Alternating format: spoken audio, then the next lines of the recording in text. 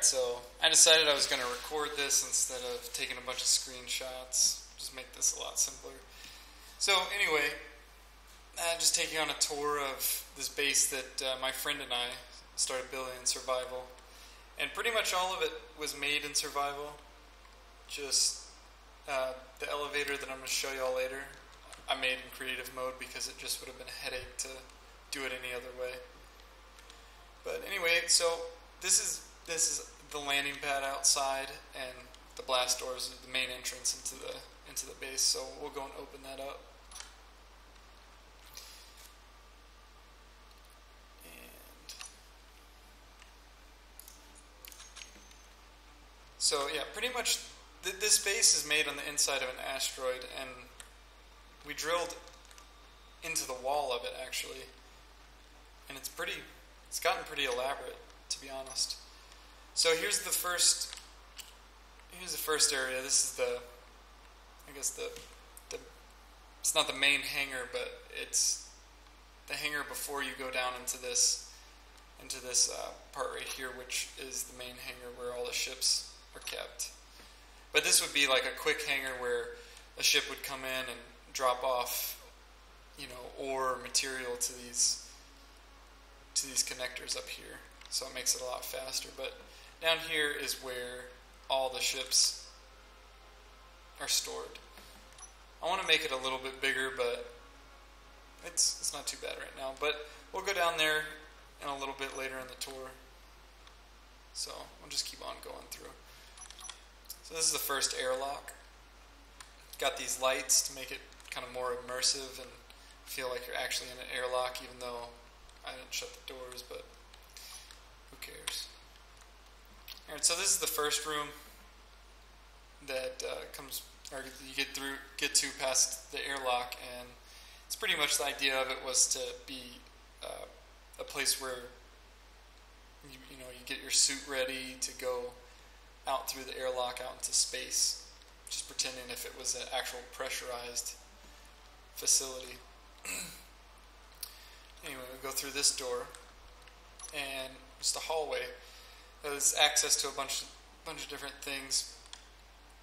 Everywhere in the base, at least on the first floor, is connected to the connectors and the conveyors.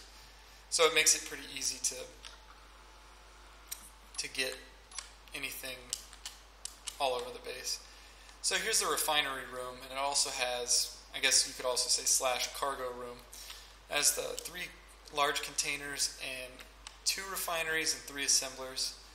I know that seems like not a lot, but it works. And that's just a simple room. It does what it does. And over here we have, this is actually an entrance to the back of to the outside of the asteroid, where if you had a large ship that couldn't fit inside, you could just dock it up out here and fit it to the connector to supply your base with whatever. And it also has another airlock over here. Same basic deal as the one in the front. We'll go up here. So the idea of this area was to house the people and also be the command area, mess hall, medical bay, and all that stuff. But right now we have this right here is the bunk room, and you see I have a number of bunk beds, and that's pretty much that. And here is the command room. This is where you can control everything in the base, and you have a nice overview or overwatch of the main entrance and all that, so that you can see what's happening if the enemy's trying to infiltrate or whatever. So these buttons up here, you can shut the front doors, the blast doors, and also the hangar doors that are down here. So if you had a ship that was requesting to access or to come through the blast doors, you'd be able to just open this one and turn the guns on if it's a hostile. There's turrets on every corner in there, so they'd take care of it pretty well, I think. And you can also lock them in here, and then everybody could flood out and attack them that way. And over here is the remote control area, where these cockpits are. The idea of them was to have it to where people could pilot their vehicles from a central location without having to leave the safety of the base, and just leaves them in one spot, so they're not all over the place. I don't know if that's actually safe, in case you actually got invaded and they took out that one location, but it looks cool. And speaking of safety, this is another way to kind of impede the progress of your enemies. If somebody hit the alarms, everybody run up here or run wherever they were supposed to, and you just run through the door and press this button, and then this will close. And actually, forgot to show you up here. This isn't finished, as most of this base is not finished. But I don't know what this was gonna be. Eventually, it'll be something whenever I think of it. And then this is the med bay. It's not finished, but you got two clone stations, medical stations, and some cryopods, just to give it a little extra scenery. And so we'll make our way back down to the main hall again. Then I can get to explaining the elevator. Hopefully I can do that before the time runs out, before 10 minutes. Alright, so here's the indicator lights for the elevator. It shows what floor it's on, and it'll update every time whenever it's moving through the floors. So a couple of things I did was I made sure that whenever you're on the first floor and the elevator is located on the first floor, if you press the button, it'll run a program, and it'll recognize that the elevator is on the first floor, and it'll cancel it out so it doesn't press the reverse, so it doesn't get to the reverse function, and then completely mess you up. So we'll go to the third floor. That's where pretty much the brain of the elevator is.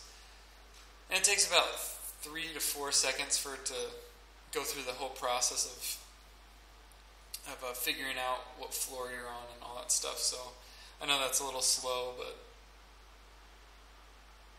it makes it work. Oh, and one other thing I forgot to mention is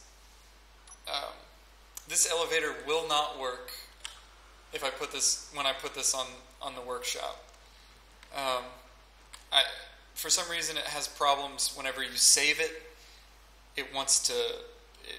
Like all the timer blocks, they lose their settings after you reload the world. So every time I reload this, I have to go back and mess with the settings. So this is the brain of the elevator. It's got a mess of timer blocks and everything like that. So I'll actually explain these in another video if you guys want me to. It's not that bad. It's not too complicated to set up, but we got a minute left. Alright, so make our way to the second floor.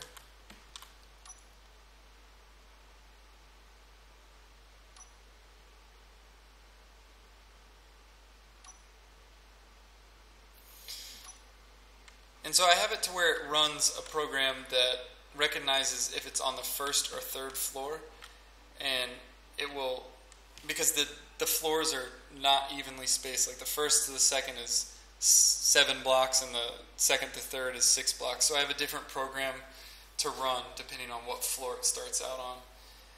And it only waits there for 15 seconds just to make it simple, but I mean, that's pretty much it. This goes out to the hangar,